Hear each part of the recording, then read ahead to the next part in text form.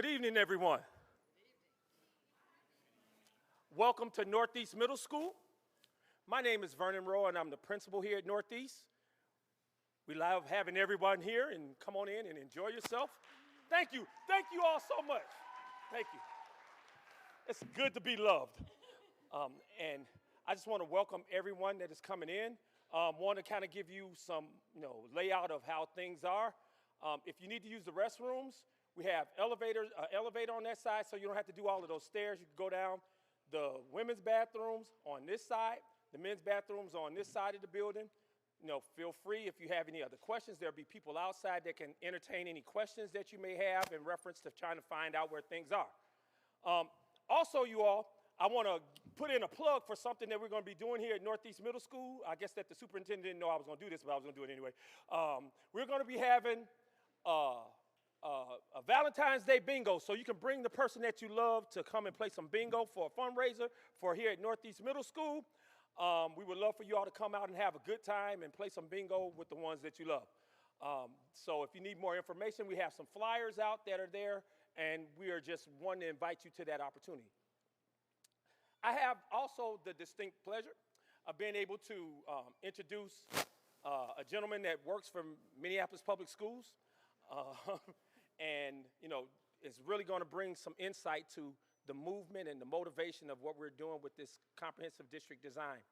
We're hoping that tonight that you'll get that information. You can see the things that are going to be positive for the educating as well as how we maneuver within Minneapolis Public Schools. With that being said, I would like to introduce our superintendent, Mr. Ed Graff, to come up and give you his warm welcome as well as introductions to what we're going to be going through. Let's give him a hand, everyone. Thank you, Principal Rowe. I'm going to be speaking from this location because we want to make sure that this is being picked up through our audio system. So I don't know if we can turn up the microphone if possible. I think people are motioning that it's hard to hear still. So just to start us off, I want just to acknowledge again the host of Northeast Middle School allowing us to use this space.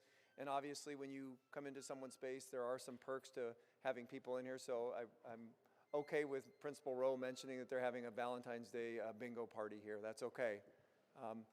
So I also want to acknowledge that we have a number of people from the media here and certainly appreciate their opportunity to share this information broader or to our broader audience in the city of Minneapolis, as well as all of you who've decided to come out this evening.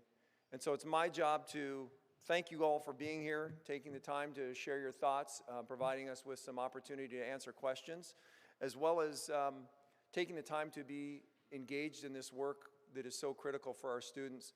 I think we can all agree that the most important work that happens around education is at home. So for all of you who are parents and have children in Minneapolis Public Schools, or prospective children in Minneapolis Public Schools, thank you for taking the time to be here.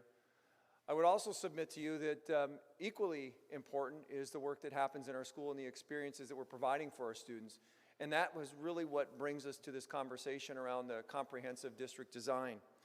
We are here tonight to share with all of you how we want to move forward in creating conditions for success for all of our schools and all of our students in Minneapolis Public Schools. So that is the foundation of what we're attempting to do here. The comprehensive design obviously is a starting point for work that we have to do to realize these successful opportunities for our students. I would say that the future of Minneapolis community and our school district depends on us being able to deliver a well-rounded education for our students and those experiences. I do recognize that the significant impacts of the comprehensive design are going to be presented to all of us. In some cases, we're talking about huge changes for the most important people in your life and our lives, our children and the students.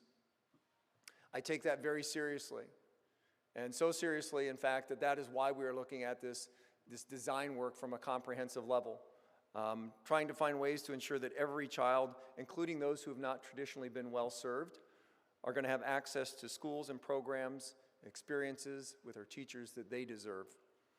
So if you look at the data, and we'll share some of that certainly in the video that we're going to show here momentarily, as well as the data that we have posted on our website, you'll see that that's not the case, that all of our students aren't getting access to those experiences.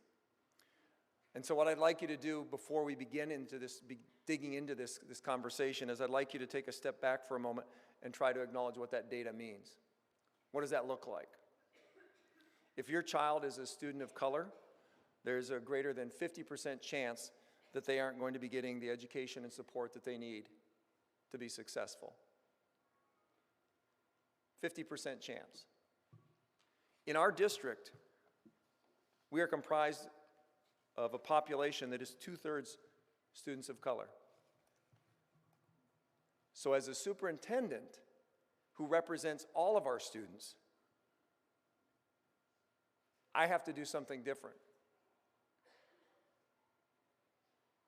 I have to create the potential, I have to believe in the potential of what that will look like for our students, what those conditions of success will look like for students, for all of our students. So I want to acknowledge that this journey didn't just start last week, didn't start last month, didn't start at the beginning of this school year. It's been going on for some time. Since the day I stepped into Minneapolis Public Schools, I was asked to take a look at our district.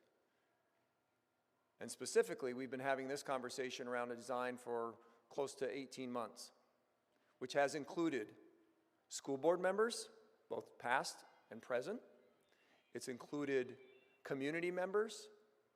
It's included variations of educators and students through board meetings, through public meetings.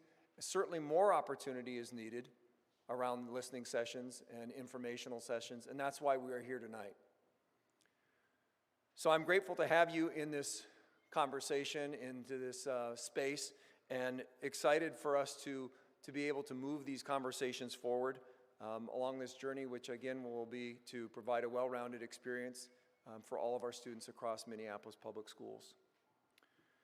So at this time, what I would like to do is direct your attention to the screen where we're going to show you a video.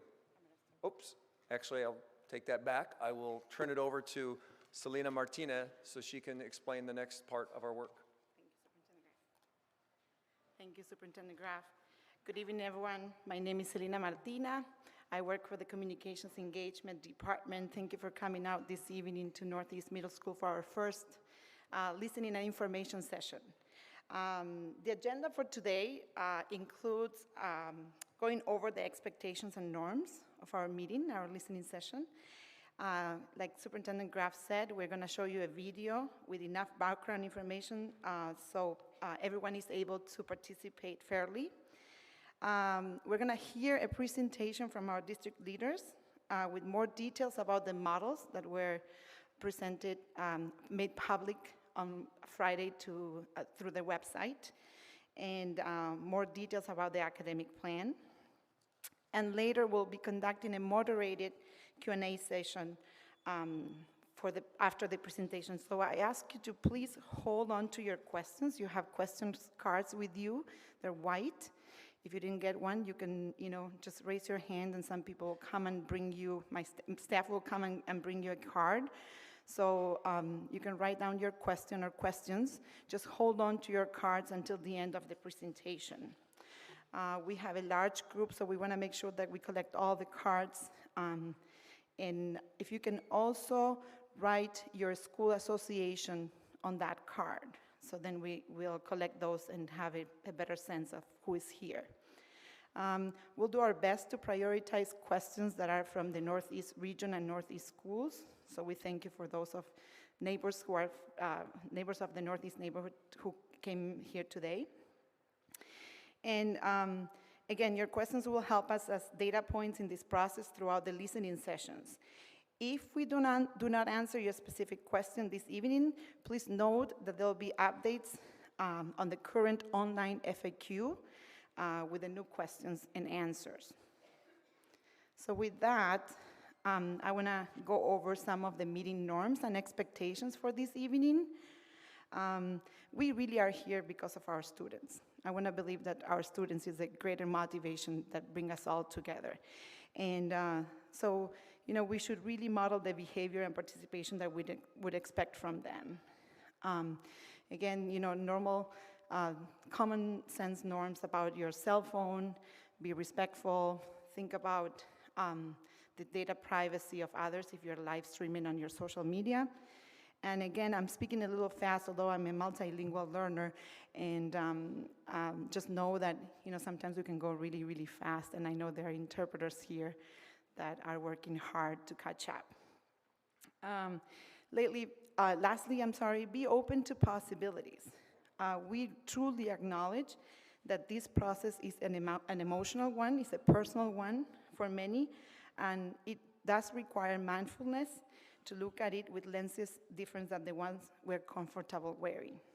So I please ask you to be mindful on that. And now, if my clicker works, I'll present the video.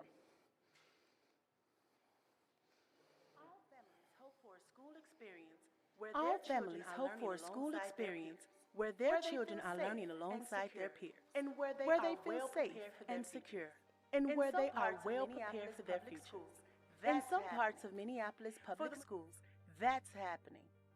For the majority of our students of color and students living in low-income neighborhoods, that is not their. That we can predict what a child's academic success will be based on their race and income. 80% of students leaving Minneapolis public schools every year are students of color. Their families recognize that their children are not well served, and they are voting with their feet. In a resolution approved on October 7, 2019, the Minneapolis Public Schools Board of Education acknowledged that structural and policy-level factors exist within Minneapolis public schools that deprive students of the educational experience they need and deserve. And vast differences in outcomes and experiences for students exist by race, geography, and housing status. The board's resolution emphasizes issues of equity even more with the creation of the comprehensive district design that will ensure a well-rounded education for all students. District design is also known as the CDD.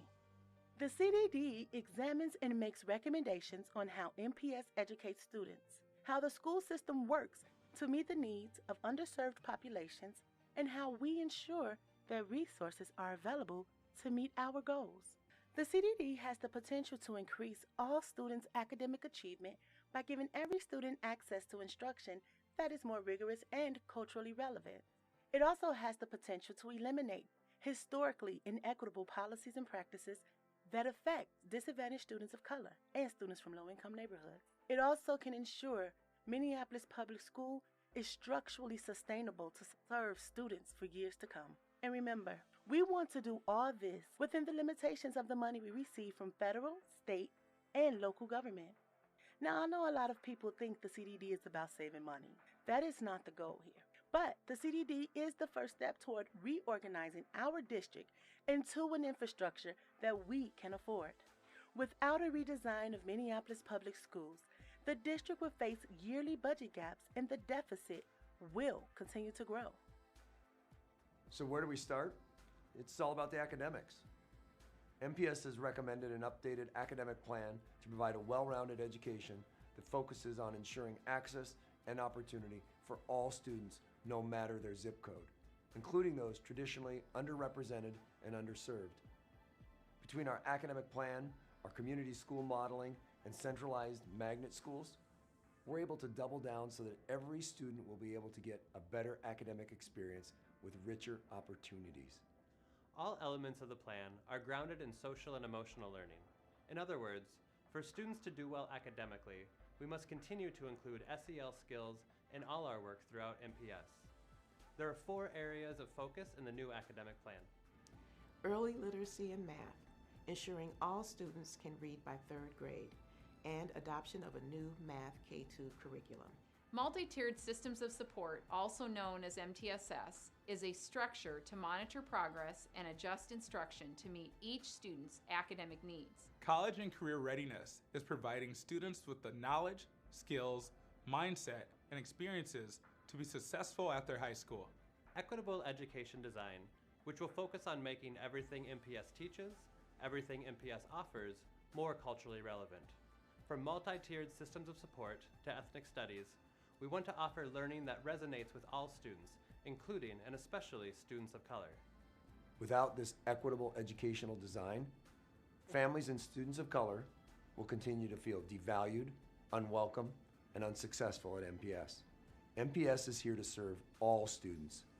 Without students and families of color, there is no Minneapolis Public Schools. Another part of the comprehensive district design looked at enrollment and placement. These are the board policies that tell us where and how we place students who apply to MPS. For many years, people have complained MPS's enrollment process wasn't easy for families. And now we have data proving this. Changing our rules for enrollment will transform families' enrollment experience. How do we figure this out, you ask? Through a process called the EDIA, or we like to call it Equity and Diversity Impact Assessment. This involves a group of staff, families, and community partners who reviewed a bunch of our data.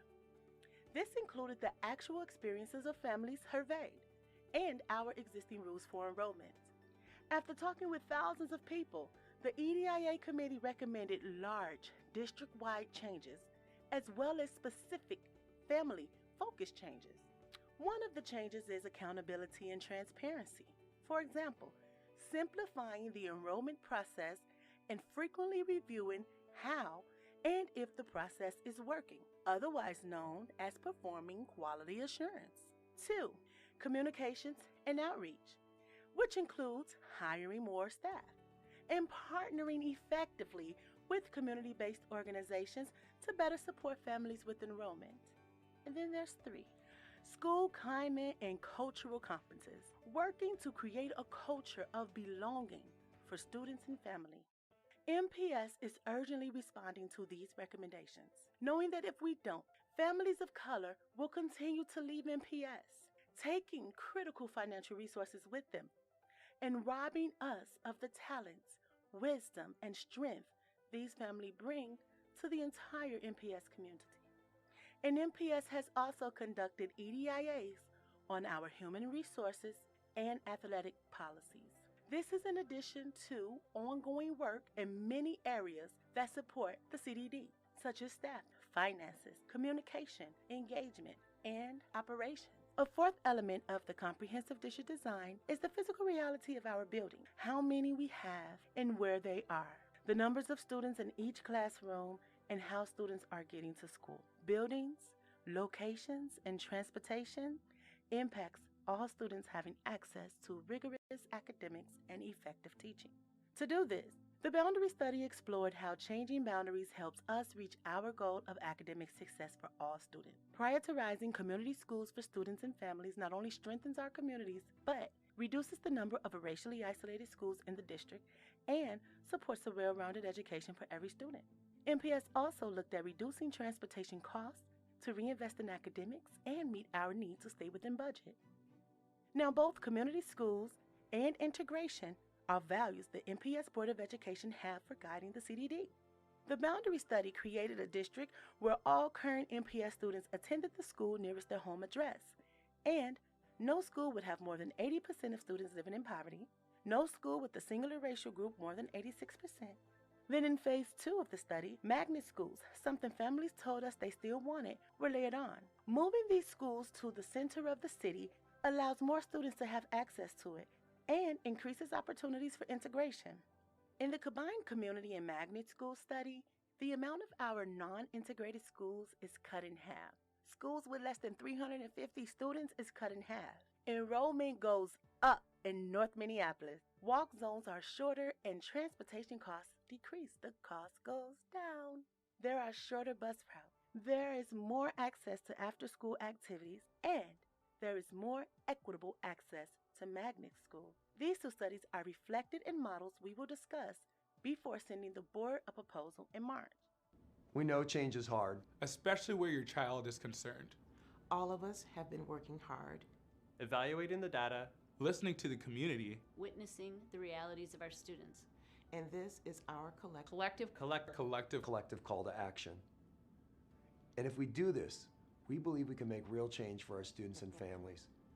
With more stable community schools and intentional magnet programs, students will have access to more and better academic offerings.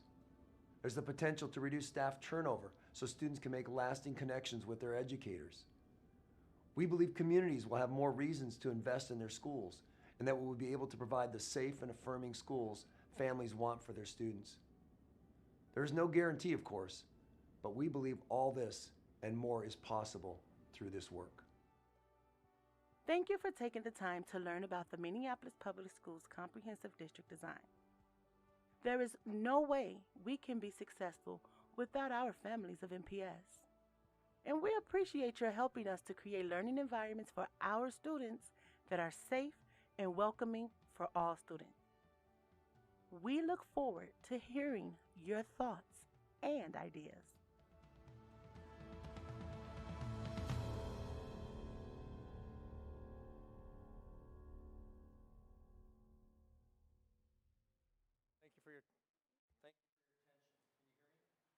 Thank you for your attention.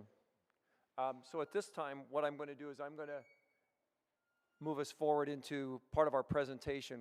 I'm going to allow my colleagues here to introduce themselves as we move forward here, but I'm going to start by just sharing with you what we have been working on and the timeline for that work by connecting the dots. Very briefly, you can see back in December 2017, we started this conversation with an existing board at that time, which has changed a little bit since the initial conversation, but it takes us all the way up until our current state and what we're doing right now with our comprehensive design. So this has been work that has been done over public meetings, presentations, listening sessions, and so I just wanted to make sure you had that context that this was not a conversation that just started today.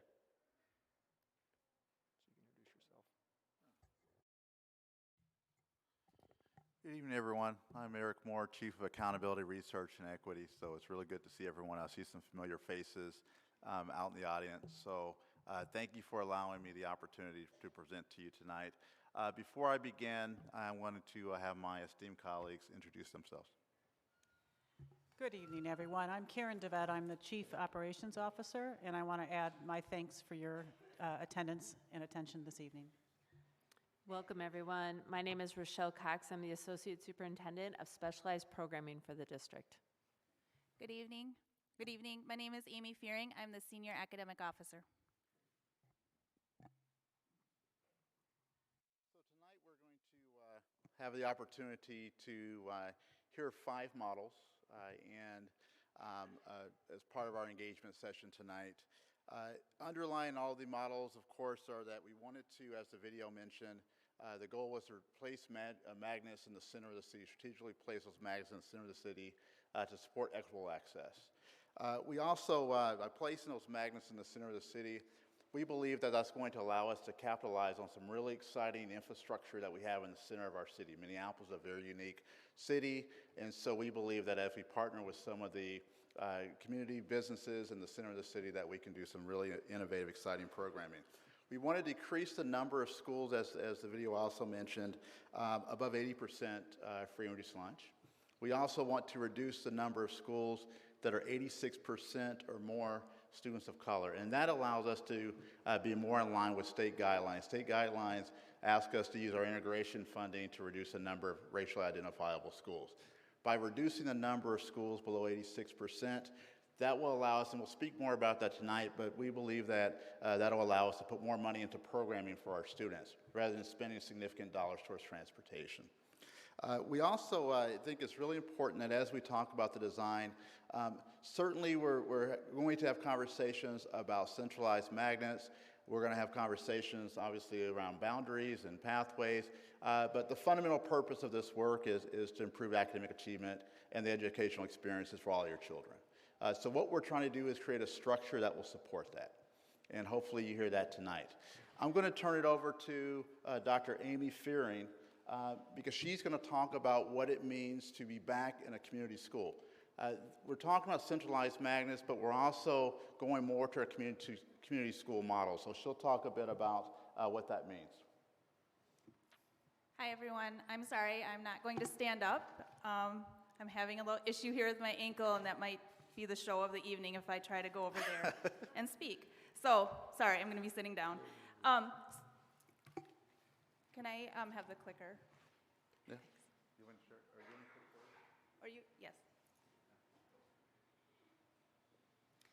So I want to ask this question out. Again, I'm the senior academic officer. I just recently took this role in August. But I want to ask the audience to think about what makes a great school. Okay, so just think in your mind what makes a great school. Many of you are parents, or you work within our schools, or community members. And I would say if you look at this list, it's a short list, but it's pretty comprehensive. So you're going to see access to rigorous instruction, which includes standards aligned, culturally relevant, high expectations, access to highly trained teachers, access to curriculum that represents our students and builds on their cultural assets, increased intervention and acceleration opportunities, access to a well-rounded education, access to social-emotional learning, equitably incorporating culture and values of our community and neighborhood. It's a short list, right? But that's what I believe makes a great school. Now, my follow-up question to that is, are all of our schools in Minneapolis public schools providing this? And if the answer is no, that is unacceptable.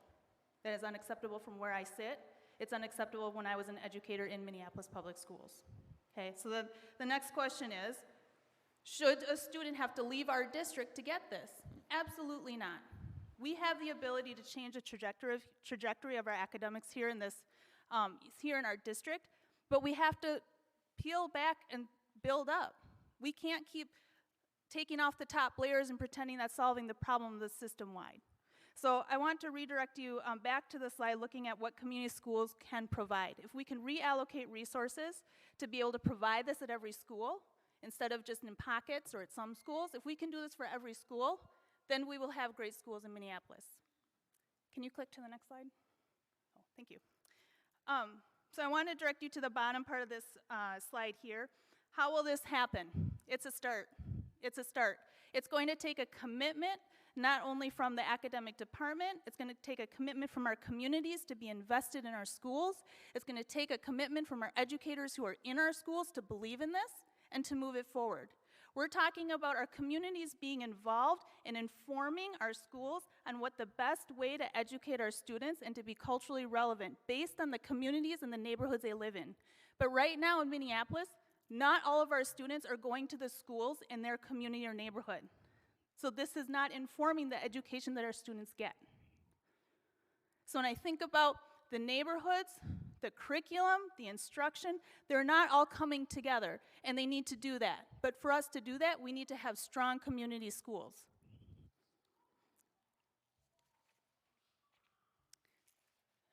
I just have to check to make sure it got clicked up. I want to clarify one thing as we're going through this presentation. You're going to see dual language bilingual education come up. Okay, and so currently in Minneapolis public schools, we have two kind of ways that we offer the immersion experience. So we have the full school models, for example, at Emerson and Wyndham. We also have strand programs. These are these are one-way dual language programs, but in their community schools. So as you see up on the screen as we go through the models, you're going to see it say dual language immersion. That's going to represent the service that we are going to be providing for our native Spanish speakers, as well as services that our native English speakers can opt in the magnet models. I think that's all. There's over 5 decades of research on the benefits of integration. I'm not going to read the bullet by bullet on the slide. Recent article, April 2019, from the Century Foundation lays out really nicely the benefits of integration. As we present tomorrow night, there will also be an annotated bibliography if people are interested in reading that. But of course, there's academics and there's social-emotional benefits. People who are in integrated learning environments typically have more of a sense of civic engagement, more of a sense of community, more likely to want to interact with each other across racial and economic lines. And I think that's what makes the foundation of a strong city. Magnet schools are typically a way that we have integrated learning environments when communities are segregated. And Minneapolis would be identified as one of the most segregated cities in the United States by race and income. And so depending on the region of the city, you can predict income and race. And so we use magnet schools. Magnet schools are typically schools that have thematic instruction. Think about a school where you're integrating your mathematics or your arts into your core content literacy, math, social studies, science. Because they're for integrating purposes, you're able to use federal dollars. We use state dollars called integration revenue for our magnet school programming. Oftentimes we use we're able to use transportation for our magnet schools, and they typically progress into a pathway. One of the things you're going to see tonight as we're centralizing our magnet schools is we've been very deliberate in making sure that as you have a K-5 experience, you have something to go towards your 6-8. And that's something that we currently don't have to the extent that we need to have those pathways going from a K-5 to a 6-8. Consideration, when we looked at our magnet schools and centralized our magnet schools, one of the things that was really important to us was that we wanted the schools to be accessible to a greater number of students. So by centralizing magnets, right, we're trying to have the same amount of time that it takes for each family throughout the district to be able to have access to a magnet school. And you'll see that on the map that I'll have an opportunity to show you. Facilities, right, the location of the magnet school matters in terms of the facility, but also you want to make sure that as you're placing magnets, that it's not oversubscribing neighboring schools. And we also are reducing the number of magnets, I believe from 14 to 9 or 10, depending on the model that we use. This allows us to actually put greater resources in our magnet schools. Currently, I believe that our magnet schools are under-resourced, and when you think about a magnet school with a thematic instruction, it's really important to invest in those schools in a significant way so the experiences of those students are phenomenal, but also you're able to use those magnet schools as a way to innovate, which supports the instruction throughout the district. And so if you're doing magnet schools well, you're learning, you're innovating, which drives and improves the learning within the community schools as well. Placement of types of magnets, we talked about 3,000 families, and we identify STEM, STEAM, art, Spanish immersion, and Montessori as the magnet schools that our families indicated that they were most interested in. And then our grade configurations, when our models are K-5, 6, 8, you're going to see some variations in models in terms of placing a third language immersion or having a mix of Ks, K-5, 6, 8s. But we believe that, that it's essential to have a well-rounded, in order to have a well-rounded education. Our 6, 8s are better able to provide that. Tomorrow night, what you'll see is a sample schedule between a K-8 and a 6-8, and obviously the choices are pretty significant if you look at the number of choices for electives you have in a 6-8 versus a K-8. However, as we're engaging our families, we know that some families do prefer a K-8, so we have that in the model. Oops. Thank you. All right. So this is a map of centralizing the magnets, and I want to be clear that one of the changes in this work is that our magnets are centralized, but they're also citywide. Currently, our magnets are defined by certain regions. We don't have as many citywide magnets. I believe we have 2 citywide magnets. That means that every family throughout the district will have the opportunity to attend the magnets. I think that if you see the groupings, I mean, obviously, currently you see that a large number of our magnets are in the southern area of the district. What we've attempted to do is centralize those for greater access and availability. So let's talk about the models. There's 5 models, and I'll share with you that models 2 through 5 are going to be very similar. So I'll go through those models fairly quickly. Models 2 through 5, you're going to look at a variation of K-5, 6, 8s, K-8s. Also, there's, as Dr. Fearing talked about, bilingual, strand programs, or essentially school within a school. We'll talk about some of the models have those programs. Also, there's options of having K-8s or just 6, 8s in the models. But Model 1 is our current state. And I think as the video and the superintendent discussed, that's really keeping our existing structure. However, keeping our existing structure may mean to some drastic changes to keep our budgets balanced and remain operationally effective. And regardless of what happens, we do have a moral mission, a professional mission to educate all of our children. And as the superintendent mentioned, we're not doing that as well as we should. And so what this means, if we stay with Model 1, that may mean doing some changes in funding allocations designed to address students who qualify for free and reduced lunch, such as Title I, We may do some adjustments with our integration dollars. Currently, our magnets aren't as effective as they should be. We've had the same number of racially identifiable schools for at least a decade. So from a state's perspective, our integration dollars aren't making our magnets as effective as they should, according to the MDE definition, Minnesota Department of Education definition. Model 1 may be that we may limit enrollment in oversubscribed schools. Depending on where you attend school, where your children attend school in the district, you may have class sizes that are larger. In other areas of the city, they're significantly smaller.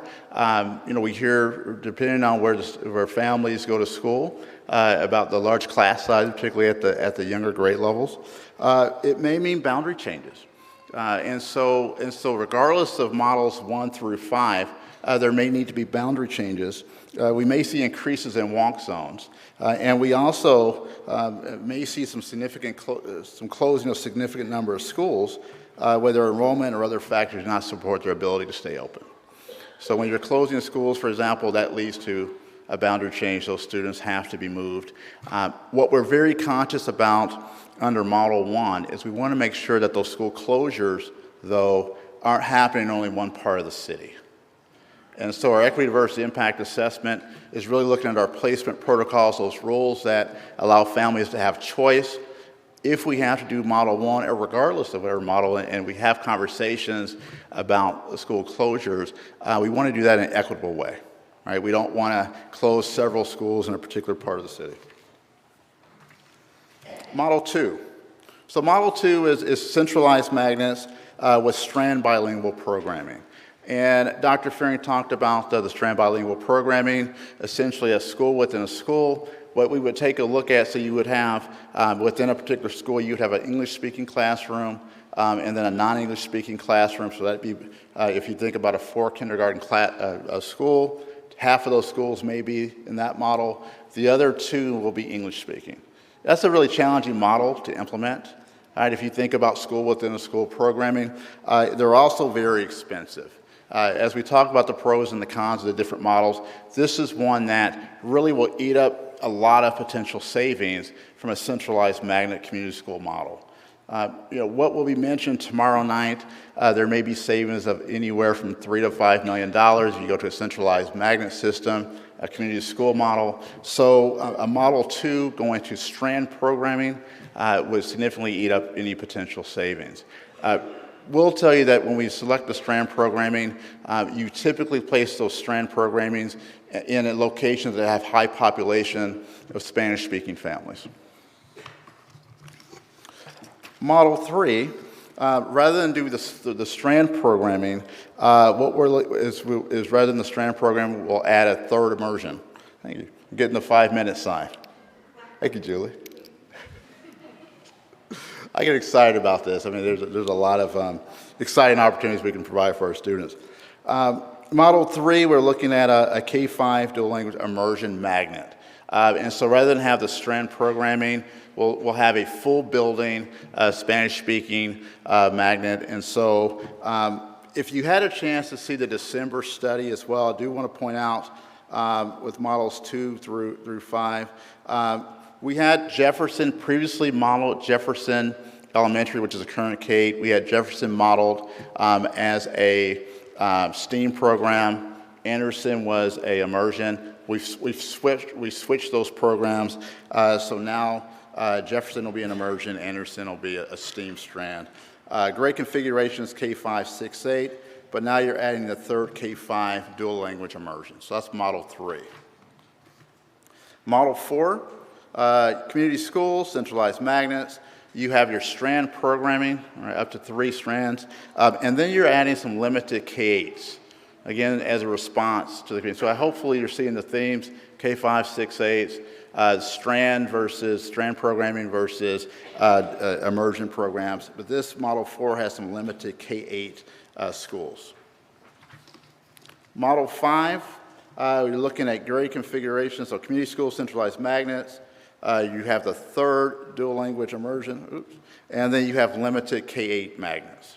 Okay, so now you're combining all those different elements. Grade configurations, K5, 6, 8, community school model. but you have, again, limited K-8s, and you have your third language immersion magnet.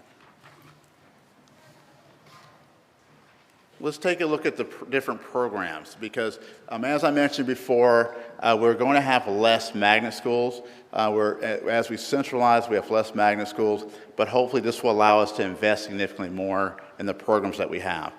One of the things we want to make sure as a district is that we're able to invest appropriately and sustain our programs.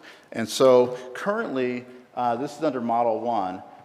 You see we have 6 type of magnet programs: open, urban environmental, arts, PYP, which is an elementary years IB type program, dual language immersion, two-way, and Montessori. Right? And in particular, you look at the arts, which is relevant for the Northeast community. Sheridan has both dual language and arts programs. Okay, so you can imagine how challenging that is to implement half of the school with 2 programs in the same school. And so you see the arts and dual language for Sheridan. Model 2, what we're looking at doing is we've actually reduced the magnets, and so we no longer have the open or the urban environmental or the IB. Now we have STEM, so Hall will be a K-5 STEM program, which is science, technology, engineering, mathematics. Sullivan will also be a K-5. And so Hall changes from a PYP to now a STEM program, based upon the results of our surveys and parent feedback of the types of programs that our communities want. Arts, Bethune is K-5, Marcy becomes a K-5. So Marcy goes from a K-8 open to now a K-5 arts. STEAM programming, science, technology, engineering, arts, and mathematics, it becomes Franklin, and then Anderson is a 6-8. Half of the school at Anderson will focus on the STEAM program. The other half will be a community school. And we're doing that because we're wanting to make sure that we have enough community school seats for those that are not interested in magnet programming. Your dual language, you'll have Sheridan K-5, Emerson K-5, that doesn't change, and then Jefferson becomes a 6-8 middle school, full school immersion. And then Montessori Stewart will be a K-5. Okay. Model 3, the addition will be green as K-5. So we have Sheridan, Emerson, Jefferson, but now we've added green to support the dual language immersion.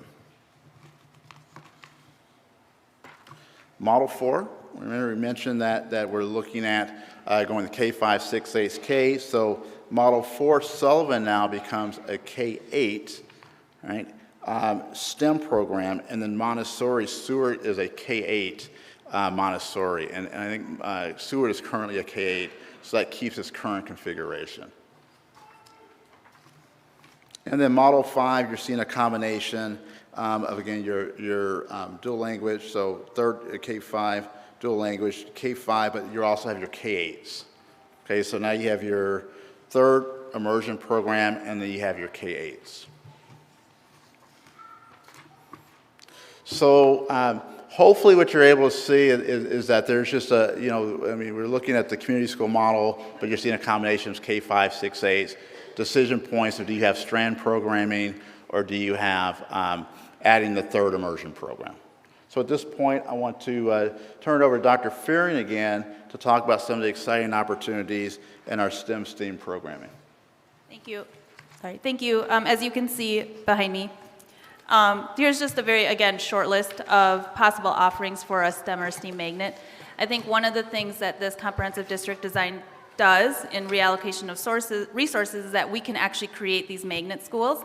We know that our surrounding districts have these, and they're full of a lot of potential and possibilities. We also know STEAM and STEM was highly a high choice picked by our families in the survey, and so we wanted to be able to capitalize on that.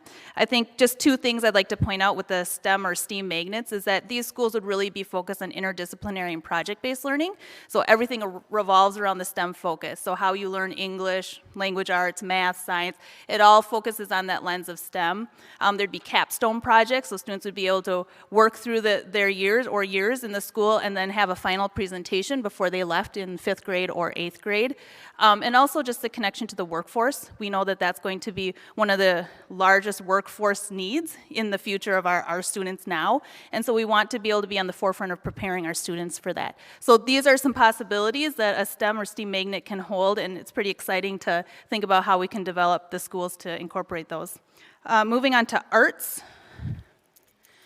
So you saw that it was modeled K-5 schools, Bethune and Marcy would be arts magnets.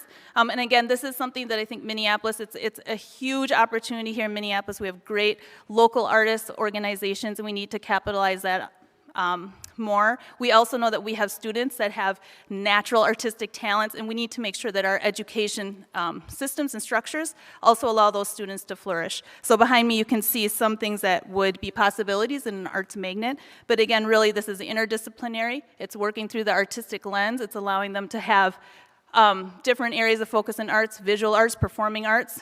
They would have access to our local artists, local theaters, larger organizations like the Ordre, the Guthrie, and they'd be able to then learn from those artists themselves. So again, that's a really exciting way of educating our students, and as a magnet, it would be open citywide. Thanks, Amy. I'd like to talk just for a moment about special education and magnet programming. I think the comprehensive design offers us a very unique and intentional opportunity to think about special education in magnets.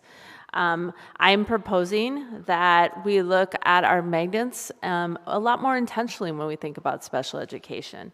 Our federal setting 1 and 2 students are those students who are spending the majority of their day in general education, would enter a magnet and have the same opportunities as any other general education student.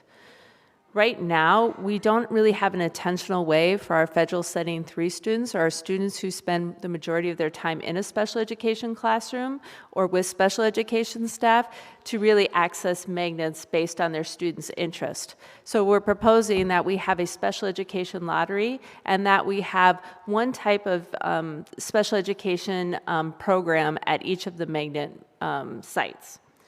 Our Fed Setting 4 programs are students who are in programming away from general education schools would have the opportunity to access these also as they transition back to a general education building.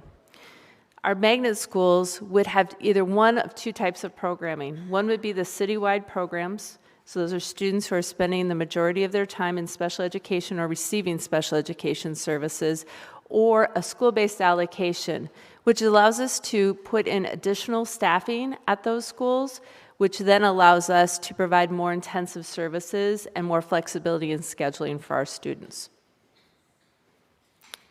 So when we think about special education related to models 2 through 5, I feel like the special education department and our staff that are providing those services are well on our way to standardizing our programming at our community sites.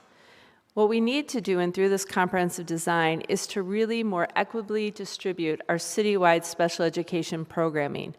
Right now, most of our programming is based on where we have space rather than intentionally designing it where students live so they can be closer to their community. We'll also be redesigning what's happening at the magnet schools, so really intentionally thinking about that, and also providing citywide special education programming at sites in proportion to the need at that site. This will allow us for less density of special education programming at a site, which will help us increase inclusive opportunities for our students. Eric, do you want to talk a little bit about middle school? So let's look at our feeder sites, and I'll walk you through the legend. So models 2 and 4 are going to be to your left, and then models 3 and 5 to your right. And there's a small difference between the 2, and I'll walk you through. But just so you know, the yellow would be the Anderson Middle School attendance area. So again, that's a strand. Anthony will be the lime green. Red and Watton, purple Justice Page, orange Northeast, turquoise will be Olson, and then Sanford will be the blue. Okay? And so you see, I'll walk you through, starting with Northeast, so Wake Park, Pillsbury, Webster, Pratt, right? would go to the Northeast Middle School, so that would come here. Dowling, Hiawatha Howe, Northrop, Lake Nokomis, Keewaydin and Lake Nokomis, Winona would feed into Sanford. Lake Harriet, Armitage, Kinney, Wyndham, right, feeds into Anthony. Barton, Burroughs, Hale, Lindale, and Green Central feeds into Justice Page. Now, moving over to this map, in models 2 through 4, if you recall, those are models in which Green is a community school and you have the strand programming. If you have the strand programming, again, what we would attempt to do with the strand programming is put strand programming in areas in which you have large Spanish-speaking populations. And so that would be in this area roughly here. Okay, so we would have to still select schools that would have that strand programming. The next map, though, you see that green is a magnet. This is your third magnet. Okay, and so that would be a K-5, that would be a K-5 immersion, and then again, your 6-8 immersion would be Jefferson. So that's the major difference between the different feeder patterns. Bryn Mawr, Kenwood, City View, Nellie, Stone would feed into Ann Watton. And then you have Montgomery National Academy, Laney, Loring, and Jenny Lynn, which would go to Olson. Okay. Okay. High school feeder sites. And so similarly, you see South High School in the gold, so yellow, Southwest green, North red, Washburn would be in the purple, Edison would be the orange, Henry turquoise, and then purple Roosevelt. And so this map you clearly see, here's Northeast, right, feeding into Edison. And then you have Sanford feeding into Roosevelt, Anderson feeding into South, Justice Page to Washburn, Anthony to Southwest, and Watton to North, okay? And then, right, you have these schools, Olson feeding into Henry. And so you see this dot in the middle here. This is one of the dilemmas. As you're designing feeder patterns, this is one of the dilemmas that you typically have.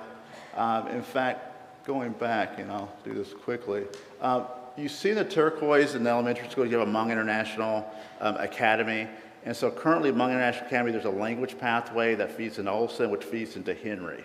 And so that pathway still remains, which allows North to be in the middle here. And so as we do additional modeling, I anticipate we'll correct that. Okay, so pros and cons of the 5 models. This will be, again, current structure. You see we have 28 racially identifiable schools. We have 13 schools of 80% poverty. Models 2 through 5 allow us to reduce by over 50%. So 2 through 5 allows us to really impact the number of racially identifiable schools, the number of schools above 80% free and reduced lunch. Right? So here you go 13 to 6 for schools above 80% poverty. Here you go 20 racially identifiable schools to 8, 7, 8. One of the things that happens as you add models 3 and 5, again, green is currently a racially identifiable site, so by making that a magnet, it'll be a 50-50 English-speaking, non-English. You're able to have a racially identifiable school. Here you have your strand programming, models 2 and 4. You're still at 8, so that's a significant decrease. All right, current structure. Current structure, as mentioned before, we have a significant number of schools whose enrollment doesn't match, doesn't allow us to support the schools, to support a well-rounded education. It causes us to shift resources, and we may have to reduce expenses by increasing walk zones and changing attendance areas or boundaries. Model 2, in summary, as you do the bilingual programming strand, that's more costly. So you're going to take away from any savings you have from a centralized magnet community school model to invest in your strand programming, okay? And so that may require less funding, also less funding for magnet schools, potentially less investment for walk zones. Model 3, adding the third K-5 immersion site. As you're adding another magnet school, you're just decreasing the amount of money you can spend on magnets, right? So if you go from 9 to 10, that just decreases the pot of money that you have. However, adding additional magnet also results in less investment for smaller walk zones. Model 4, you have the bilingual programming, so you have high cost because of the additional strand programming. You're also adding K-8s. Challenging around K-8s is that we believe K-8s aren't able to offer that well-rounded education. So if you want your K-8s to have the same level of offerings as your 6-8s, that may require an additional investment as well. And then Model 5, centralized magnets, savings from community schools, centralized magnets. Adding another magnet, K-8, again, the same issue, but you're not having the expense of having the strand programming, but you may still have the expense of having your K-8s, right? Because you're trying to equalize your K-8s and the offerings of a 6-8. Okay, so those are our 5 models. And at this point, I'll turn it over to Chief DeVette. She'll walk us through potential walk zone changes. Okay, so quickly, because we want to make sure we have time for your questions. Hopefully, we've been able to answer some that you've had coming in tonight. But on the screen, Eric, one more. On the screen behind me is a sample, well, this isn't a sample. This is a boundary map for one of our elementary schools. And just quickly, the red line is the modeled boundary. The boundaries were modeled first based on the City of Minneapolis's neighborhood designations. And then we modified boundaries to try to address or meet our goals around integration. The dotted line on this existing walks is the existing walk zone. And as a reminder, MPS policy is half a mile from school is the walk zone for elementary and middle, and a mile from school is the walk zone for high schools. That is currently half of what the state statute allows for. So when Chief Moore talks about expanding walk zones potentially, that would be up to the state statute. But what we looked at was to model smaller walk zones to help improve safety for our students navigating the city streets and getting to bus stops. So currently at the elementary level, we look at traffic. What we did to model this new walk zone, which is in the green on this slide, is we also looked at crime rates throughout the city of Minneapolis over the last 3 years. So where we saw a predominance of violent crime, that's where we narrowed the walk zones down closer to the school. Maps for all schools, which I'm confident is a question that many parents have, are available on our website. This is just a sample to help you understand how we laid these out. You can either look in the appendix of the Committee of the Whole, which is on the board book for tomorrow, and we will be posting these maps tomorrow on our CDD website as well. And then finally, questions. You may have questions about other things that we haven't covered this evening, so we did want to give you a short list of things that we know there's still questions out there about, that we are still working on. Some of them we intend at this point in time to have addressed prior to bringing any proposal to the board for a vote in April. Others will come after if a new design is selected. Thank you very much. So now is the time that if you haven't had a chance to write down your question on your note, on your white paper question card, please do so. We are a large group. We counted around, over 200 people here, so thank you again for being with us tonight. And we can, we hope that we can get as many questions answered as we can. So if you're a staff member, can you raise your hand so you can collect your questions? So staff member with their hands up will just collect your questions at this time, and we'll sort the questions again. Make sure that you put the school that you're associated with, so we can prioritize schools in the Northeast area. And thank you very much for submitting your questions. And Superintendent will have some debrief remarks before we go into the Q&A. Thank you. Thank you. So what I wanted to do was just kind of recap. I think the common theme I hope you're hearing in this discussion is really around values. This is a value proposition for us. So it's really it's going to be about trade-offs. What we currently have versus what the benefits would look like if we were to move forward with elements of this comprehensive design. And so we certainly don't want to minimize the impact of what we're talking about, but recognizing that it really is going to come down to our values and how we define Minneapolis public schools in this context. I also want to highlight a couple of points that were made just to make sure that people are hearing that. In the first model, it was mentioned around closures, a significant number of closures. That is a reality based on our current structure. We cannot unpack and unwind resources without having a conversation about our boundaries and closures and things of that nature. So I don't want to gloss over that as being a concern or something that we should be thinking about in these proposals, specifically in model number 1. The other thing that's important to note is that we did mention around school attendance areas and boundaries. Again, this was really based on our goal of integration based on race and income. And so we obviously will be taking a look at that as we go further into the modeling and the feedback that we're receiving from community members. I think it's very apparent in some of these. You can see, like, how does that balance out? And then finally, this is the first time that some are seeing or hearing about our high schools. And that was, again, part of the work that we were doing and layering upon our elementary schools and then the middle school and magnet concept. And so as far as high schools are concerned, we are also going to be doing work related to career technical education. And so I anticipate that through those conversations with our CTEs, our CTE discussion and meeting with the schools, we'll also be looking at conversations about how our high schools fit into those discussions. So those are 3 salient points that I wanted to make sure you know that we're still working on and we'll be discussing moving forward. Thank you. So currently, thank you, Superintendent. Currently, we have our research accountability and evaluation team sorting out the questions and prioritizing them, so they'll come back to the floor, and then my colleague Julie and I will ask those questions. But we want to get started with the moderated Q&A with frequently asked questions that have been submitted through the survey, the feedback form online, other presentations we have done to communities and discussions, and let the staff sort out the questions and prioritize.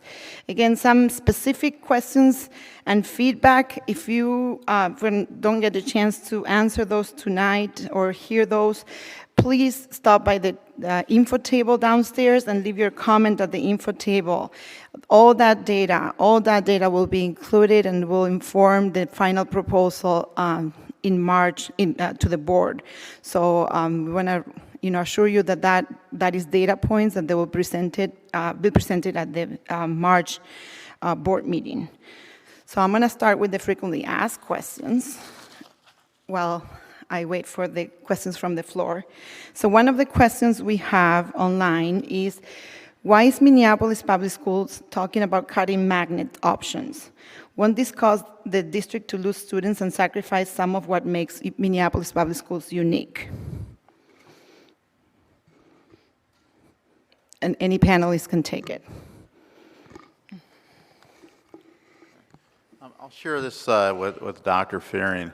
As mentioned in the presentation, I think that it's important that our magnet schools are unique and innovative. And so by reducing the number of magnets, we're actually able to invest in those magnets more. And interesting enough, we actually would have the same seats, if not more, seats available for our magnet schools, because we're centralizing those schools and we're placing them in buildings that have larger enrollments, and we're also increasing the amount of access that we have. So by centralizing the magnets, we're also able to have additional resources to go into a community school model, which allows us to actually make our community schools stronger. So that means that potentially some additional investments as well from the savings going to a community school model into stronger academic programming. I have go ahead. I have a follow-up about community schools, and one that, forcing families to go to their community schools, won't that lead to more segregation? Okay. Chief Moore, you're on the spot. Okay. Actually, what's interesting about our city, if you look at the demographics, is our schools are actually more segregated than our communities. And so in some regards, as you have families go back to their community schools, you don't have higher levels of segregation in terms of the number of schools that are considered racially identifiable. In fact, again, as you go to centralized magnet programming, you see that you've reduced the number of racially identifiable schools, those above 86% or more, students of color 80% or more, free and reduced lunch by half or more. So it actually doesn't do that. You're actually able to then also bring families, address the needs that some families, as they talked about, are when they leave the district. One of the issues is safety. And so by having some shorter walks on it, you're actually able to address some of the needs that families who aren't able to retain in this district, as they choose other options, educational options, it allows us to address the needs through safety. But you're not going to see additional segregation in terms of the number of racially identifiable schools. In fact, you're going to see that significantly decreased. Thank you. So next question is, why is the district proposing changes that will cause so many students to move and will disrupt so many families? I am concerned about the number of kids that will be moved and the communities that will be disrupted.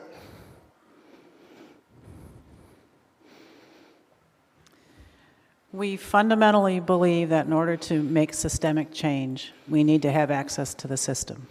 We've spent years in the district tinkering around the edges, protecting this program, changing that school, identifying a new pathway, and yet we haven't seen the needle move for our kids.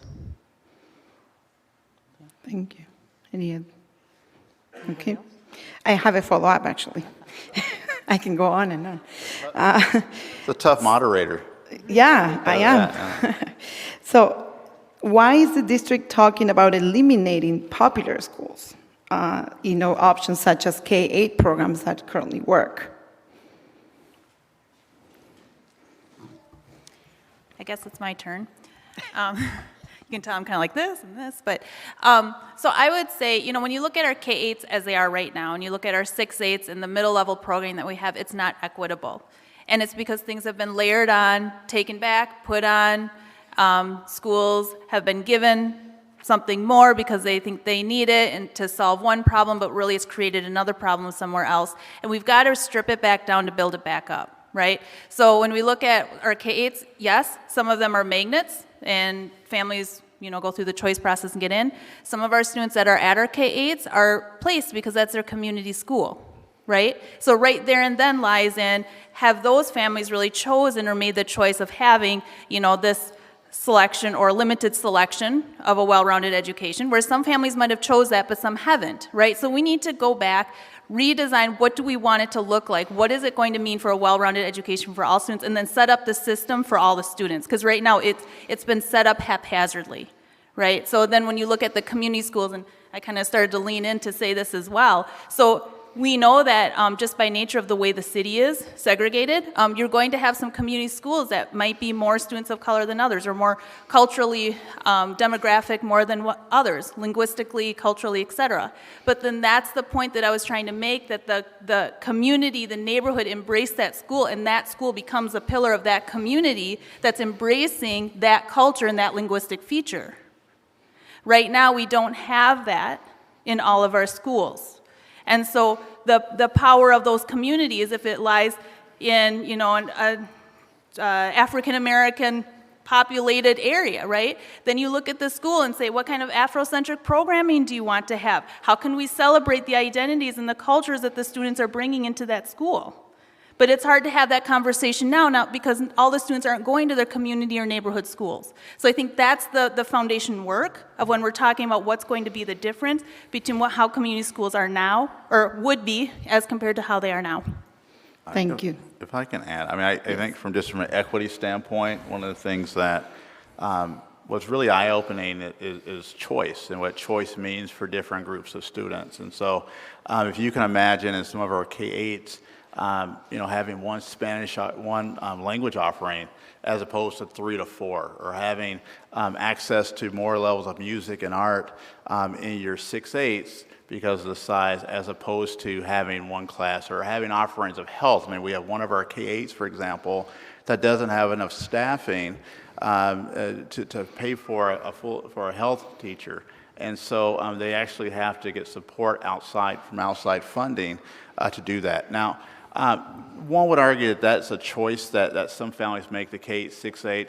But what happens is that if you have the ability as a parent to pay for outside of the school day, music, art, orchestra, language outside of the school, then you're actually okay in the K-8. But many of our families don't have the ability to pay for those offerings outside of the school. So from an equity standpoint, that is not equitable to have a school system based upon a parent's ability to pay outside the school day.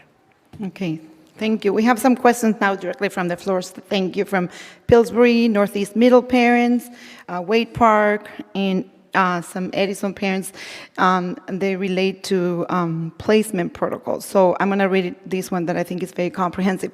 What are some of the tangible changes in Northeast schools, especially what are the benefits? How is this not just a reshuffle that in the end keeps the status quo of serving or undersubscribed schools, inequitable programming, and endless schools cuts?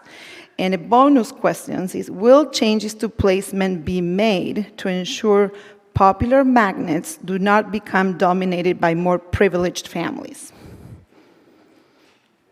A lot of people ask, yes, there were a lot of questions. I mean, how do you ensure the Northeast and North voices are not drowned out by South and Southwest voices? So there's a lot of questions around that, around placement protocols, if someone can answer that. Yeah, I'm going to jump in real quickly just to talk about special education.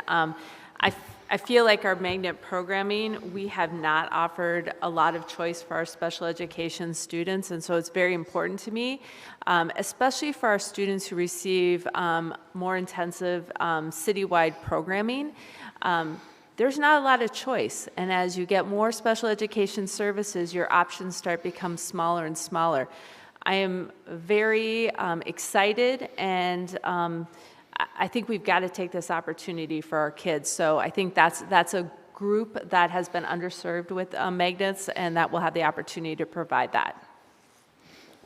So regarding the question about how can we ensure that there's equitable distribution of resources across the district, I think that is at the crux of what we're struggling with as a city, as a district.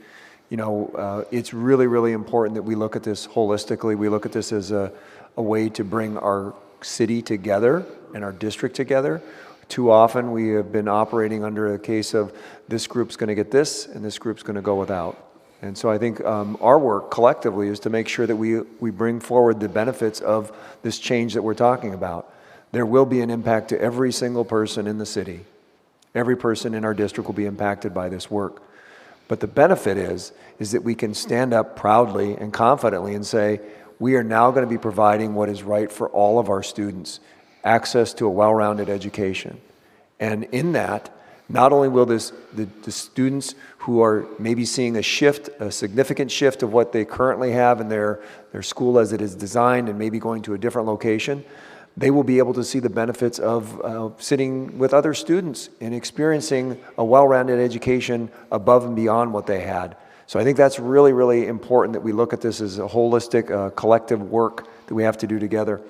The piece around the placement protocols, you know, this started again through our Equity, Diversity, Impact Assessment group, where they made some significant recommendations around practices and policies that we have in our placement. And so we're taking those recommendations, and we will be working with our policy committee. We'll be working with, you know, individuals within the EDIA group as well to ensure that we're addressing that. The goal is to have that work done before next fall. I mean, we have been mapping out, you know, what is that timeline going to look like. Certainly discussing that timeline at our next policy committee, but we will be bringing it forward to the board so that we can demonstrate change in our practices. And I will tell you, those will be significant as well. We'll have to make some tough decisions about, are we looking at different thresholds? Right now, our policies speak to primarily focusing on choice, and that's problematic. That's creating some of the inequities and the structural imbalance that we have in our district. Thank you. So there are questions about what we heard from families of color and indigenous families about leaving the district and why they're leaving. And, there are reasons such as unfair discipline practices, unresolved family and student requests. And shorter work zones, which the plan, or the model rather, the models address that. So what is the plan for addressing the others, such as the unfair discipline practice or family and students, unresolved family and students requests? So I will start and allow my colleagues to fill in. Definitely with regard to the unfair discipline practices, we're working right now to establish a climate framework within the district, and that's not something that can be done in isolation. That's going to require work with our building leaders. That's going to require work with our teaching staff, all different groups as well. But that framework is really going to be the foundation, again, for how we set throughout the district those levels of expectations, of high support, high expectations. And then it comes down to the implementation of a process. What is that process? So being clear about, when there's a situation that comes up, how do we address that in terms of communicating with the individuals who are involved in that situation, both the parents and the students, and how do we adhere to those predetermined protocols of working through whatever those concerns are with discipline. So I think that, again, we have to establish that framework, and then it's going to be incumbent upon us in that work with our students, with our staff, and with our parents to be consistent in applying that. Thank you. So talking about students leaving, do you have information or feedback on why students of color have left the district? Sorry, you answered that. How many students will have to change schools under each model? And how many students do you anticipate leaving the district due to each of the models? So basically, do you anticipate, and how many students do you anticipate leaving if any of the models move forward as a final proposal? I'll start and let the superintendent jump in.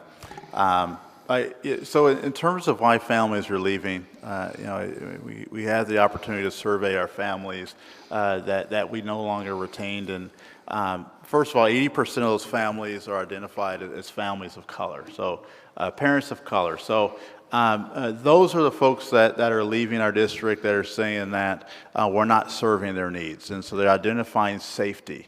One of the challenges, again, is that if you're living in a neighborhood that has high levels of crime, you're not willing to have your child walk to the bus stop. And so we believe that some of the shorter walk zone pieces that we've identified tonight will be able to address that. Also modeling after some other school districts. Chicago would be an example. Harlem would be an example where you're investing in some community members. They actually walk families, some of the children, to the bus stop. I think that kind of work is aided by doing more of a community school model. Okay, so that's the proportion of the population. In terms of how many are impacted, I think that there's been a chart that revealed that roughly 63% of families are being moved. That was in a phase 2 study without magnets, so that's first. But that number is actually proportional to the population. So you see 70% of families of color move, for example, in that model that was presented. Well, we have 67, 68% of our population are families of color. So the movement is proportional to the demographic. And so that's, you have 20% of families roughly that generally move because of the safety issue. In our district, we have 38% of our families currently that participate in magnet programming. Out of that 14,000 or so that was identified. So again, we're going to come up with some new numbers per model. But what I will share is that number and the proportion that's moving is significantly higher because you don't have magnets modeled in that number. So stay tuned. I mean, we'll have numbers coming forward soon. So I will just add a little different perspective to the conversation, in that right now our risk of staying within our current structure and the loss or the experience of our students, for me, far exceeds the risk of even having these conversations about what these models could potentially do for our kids. So I don't say that to be flippant. I don't say that to be dismissive. I say that to be a reality. When you look at the number of students that we are losing in our district and you look at the demographic of those students, it's predominantly families of color. And so those families, those voices are no longer present in Minneapolis Public Schools at the moment. And so what we are wanting to do is make sure that we are acknowledging that there is risk in moving forward, but I believe that our risk to stay in the state that we're in right now is far greater and will not yield the work that we need to do around our outcomes for our students, for all of our students, as well as our focus and intent around equity and being sustainable. We will not be able to continue to exist in this current structure as it is by doing nothing. We have to change the trajectory of our sustainability. So there's absolute risk, and that's where it comes down to values. People will make decisions based on what their values are, and we as a district have to be clear on what our values are and how we can better align resources to support those values, ensure the potential for sustainability in our district, both from a delivery model of delivering on what we say we're going to do, as well as a long-term sustainability for stabilizing our district. Thank you, Superintendent. So, since you brought up the theme of equity, there are several questions here regarding equity and teachers. So what will teacher equity and anti-racist training and requirements entail? This is a long question and has several questions, so I'll try to read it all. And when will the curriculum be presented?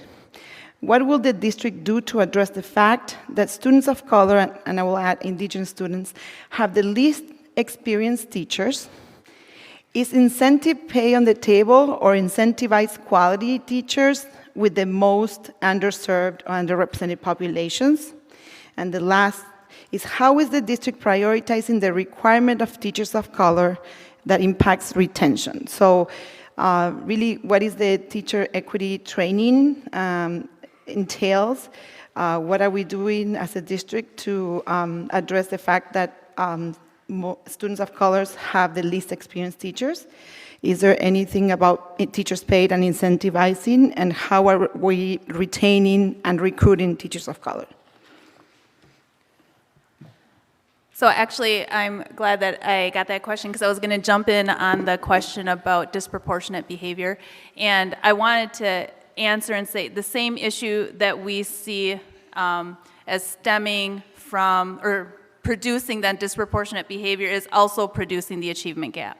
Okay, so when you look at what is the foundation, what is the issue that we're talking about here, we're talking about institutional racism, we're talking about power, we're talking about privilege, we're talking about curriculum and instruction that needs to be transformed from the bottom up. It needs community input. We need to be able to allow our students to walk into our schools to be who they are. We as educators need to be able to learn and adjust to be able to teach them better.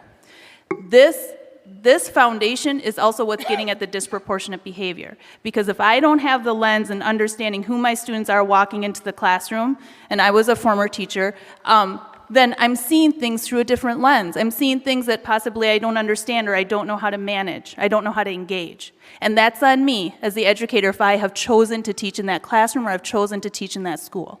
That's on me to understand that. And that is one of the things that I want to bring home very clear at this meeting, but also as part of the comprehensive district design in terms of academics. That is a clear expectation of how we're transforming academics as part of this design.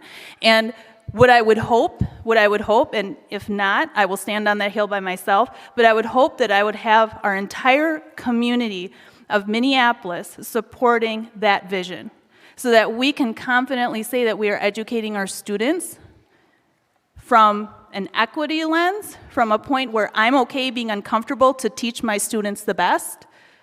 We as Minneapolis Public Schools are committed to providing that professional development, providing that time, providing that space, funding for that to happen.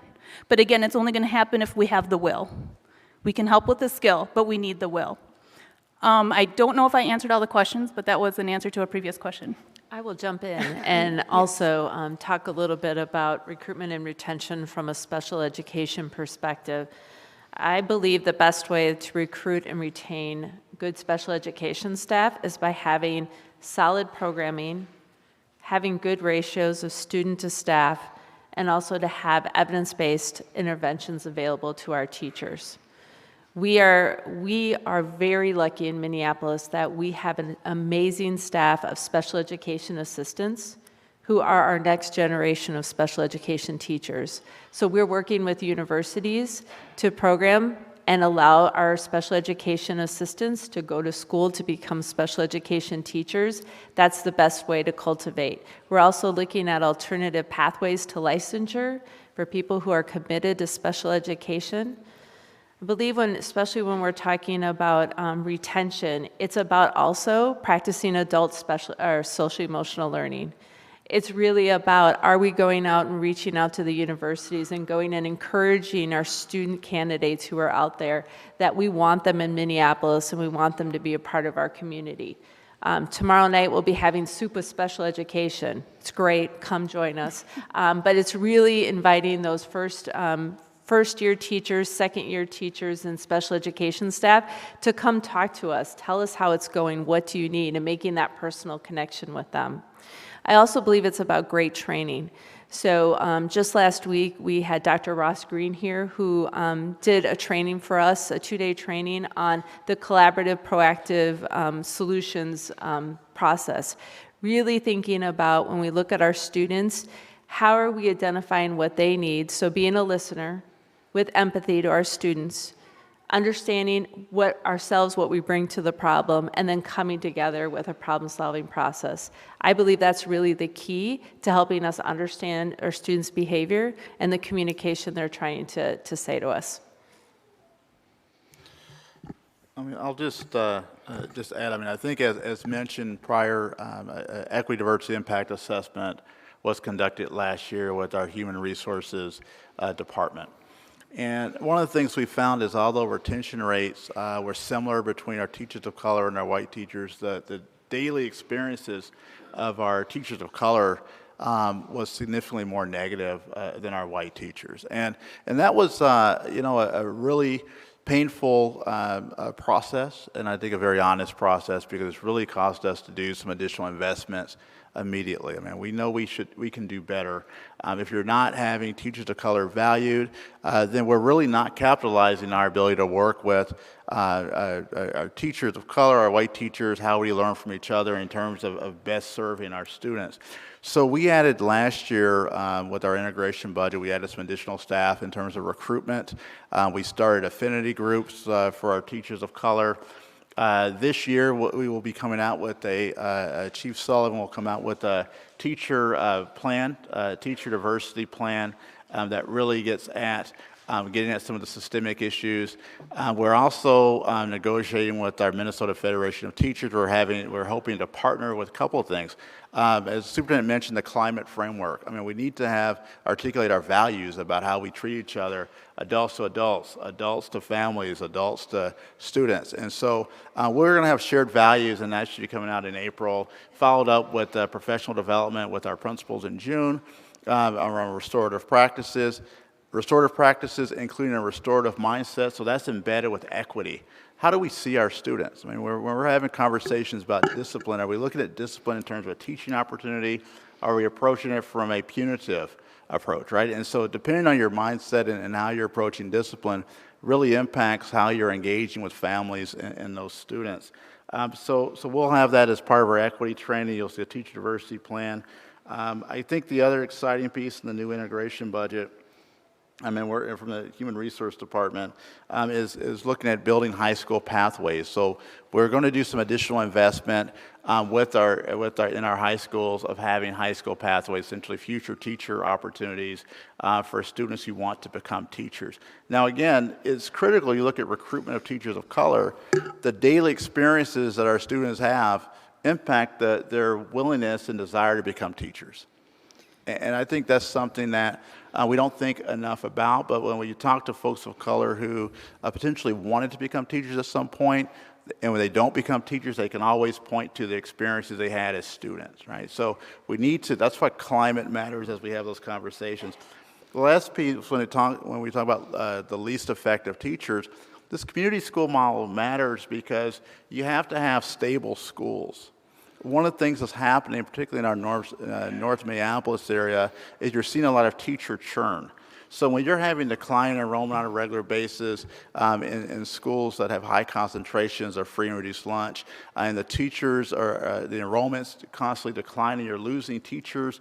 When you're losing teachers, you're lacking the ability to have continuity. If you think about any of us professionally, you think about the number of years it takes for us to work together to get really good at our craft. You have to have teacher forces and teacher teams that are working together over multiple years. But the way our placement protocols and our enrollment practices are happening right now, you do see that schools with high concentrations of poverty have lower levels of enrollment, and they have more teacher churn, which means that the professional development that you're investing in those schools, you're not able to recognize and realize the impact of that because those teachers are constantly leaving. So the community school model should be able to do that because you're actually reducing the number of schools, as mentioned in the video, below 350. Healthier schools, more stable school, means stronger staff, particularly if you're able to do the equity training. So we are 8 o'clock, and I want to let everybody know that we're probably going to pass 5 more minutes just to complete 2 more questions or themes around implementation and around transportation and the choices and the competition of charters.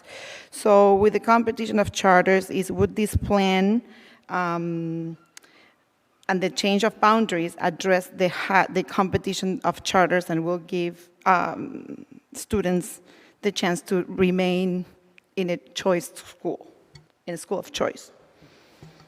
I'm not sure I'm following the question, so I'll rephrase it as I understand what you're getting at. It's a long question, so I did my best. So the question of charters, currently we are, since I've come into the district 3.5 years ago, my 4th year, we have not authorized any charters in Minneapolis public schools. We have, I think, moved away from that concept of authorizing as charters. That being said, there is still a process by which an organization can establish a charter, one that we do not have oversight of. That is not something that we control. That is more of a state, in some cases could be a council kind of ordinance as well. So what we are trying to do is make sure that we provide opportunities for those families that are interested in the values that we have in Minneapolis public schools. And as I mentioned earlier, many of our families of color are leaving the district for different reasons, and some of those locations that they're going to are probably other schools such as charters. So what we're trying to do is make sure that we strengthen our schools across the district.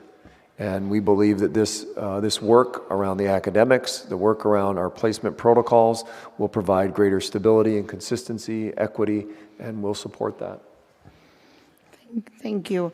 And then the implementation questions are, one is, any changes will obviously take time to implement and see the results. How long do you anticipate before we see positive outcomes from CDD changes? And what is Minneapolis Public Schools going to do to attract families in Northeast to our schools, considering, again, the large number of choices and tight open enrollment? So I'll start with the second part of that, which is what is Minneapolis Public Schools going to do to entice families into Northeast? I think this is a community conversation. I mean, let me rephrase that. I believe this is a community conversation.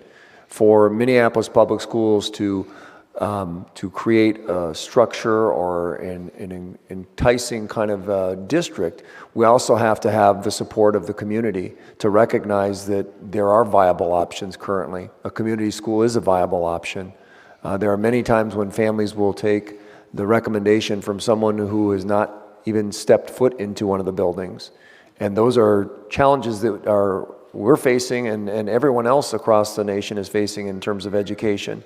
That we're not taking the time to really go into the school to better understand what's happening. So I encourage all of you, as you look at the sustainability of your community, as you look at the concept of community schools and what does it mean, to take the time to lean into this work and to support establishing a community school. Because we're not going to be able to do this on our own. We have some different ideas, we have some different concepts about how we can move forward, and we certainly need a lot of support to ensure that this is implemented with integrity and depth and consistency. So we will do our part to continue to engage in our communities around what those benefits are of the proposals that we have. We'll certainly do our part to take feedback once we head down the path of whatever is voted on. But it will take collective effort, and it will take some ownership of what is going to happen in our communities from all of you in here, as well as others who are prospective parents. And the other questions about how long do you anticipate before do you see positive outcomes of these comprehensive design changes? Well, certainly that is what we're driving toward, are positive outcomes, creating an environment where we see success for all of our students, conditions for success for all of our students. We know right now repeatedly that we're making incremental progress in certain areas, but it's not enough. It's not substantial enough, and it's not far-reaching enough. So our plan is to, again, have our board vote on whatever final proposal or model we bring forward in March, and then final vote in April. And then immediately once that decision is made, we will be developing an implementation plan. As part of that, I think we would be looking for benchmarks. We would be looking for some specific outcomes in our work that will ensure that we're on the right path.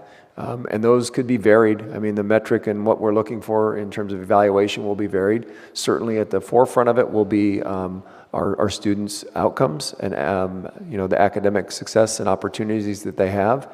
And anytime you go to implement a new system, you also have to layer in the implementation of that. So making sure that we have the training and the support, the input of our teachers and how we're going to be successful in implementing whatever it is we decide on. But I would say, you want to look for 3 to 5 years to see that progress and that those outcomes.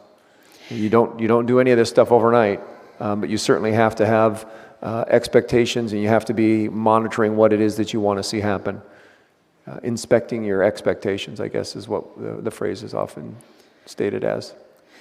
So I promise this is the last one. So are the models presented today and the boundaries of specific schools as well as grade configurations all set?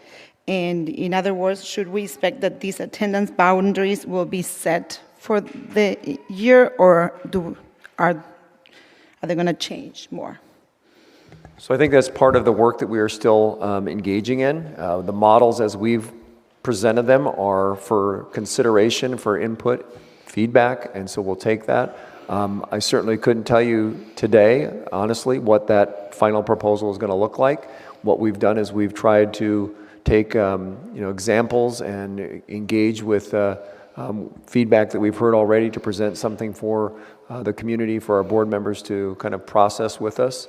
But I think we still have some nuances of how we look at our modeling that we're going to continue to engage with, and certainly we'll bring that back to the board after we have all of our other listening sessions. This is the very first one that we've had, so I couldn't tell you today that we have a final decision. That wouldn't be accurate. But share with the superintendent. I mean, I think that's part of engagement, is that as we're having a number of listening sessions, as we're doing our telephone survey, we have an online survey, we're getting feedback, and then we're going to do some reflection. When we present our first draft, when we present our model to the school board in March, what we will commit to is making sure that we take all of our feedback, we summarize the feedback, and we show all of you and all those that we've had conversations with how we're using that feedback to improve what we're doing. And so these are models. These are models presented for discussion, for feedback. That's exactly what it is. And so there's always opportunities based upon the engagement that we have to do better. And so that's what we're committed to do. Thank you very much. And as I said earlier, all the questions will be part of data collection, and there will be input in their system as considerations for the last proposal, the final proposal rather. So thank you very much for the panel. Thank you very much for attending tonight. And the next steps, so I want to share with you what to expect next. So this is the first one of many listening and information sessions this week and next week. So you can go to our website and see, but incorporating community feedback and the EDIA policy on policy and placement, to make a final comprehensive district design proposal to the board, and that will go to the board for first reading on March 24th. There is an expectation to have a vote by April 10th at the board meeting, and implementation will begin in fall of 2021. So those are the next steps. But if you want to leave us more comments, please check out the info table, submit more questions, go online, submit feedback, attend more meetings. And again, thank you so much for attending tonight, and we appreciate your time. Thank you.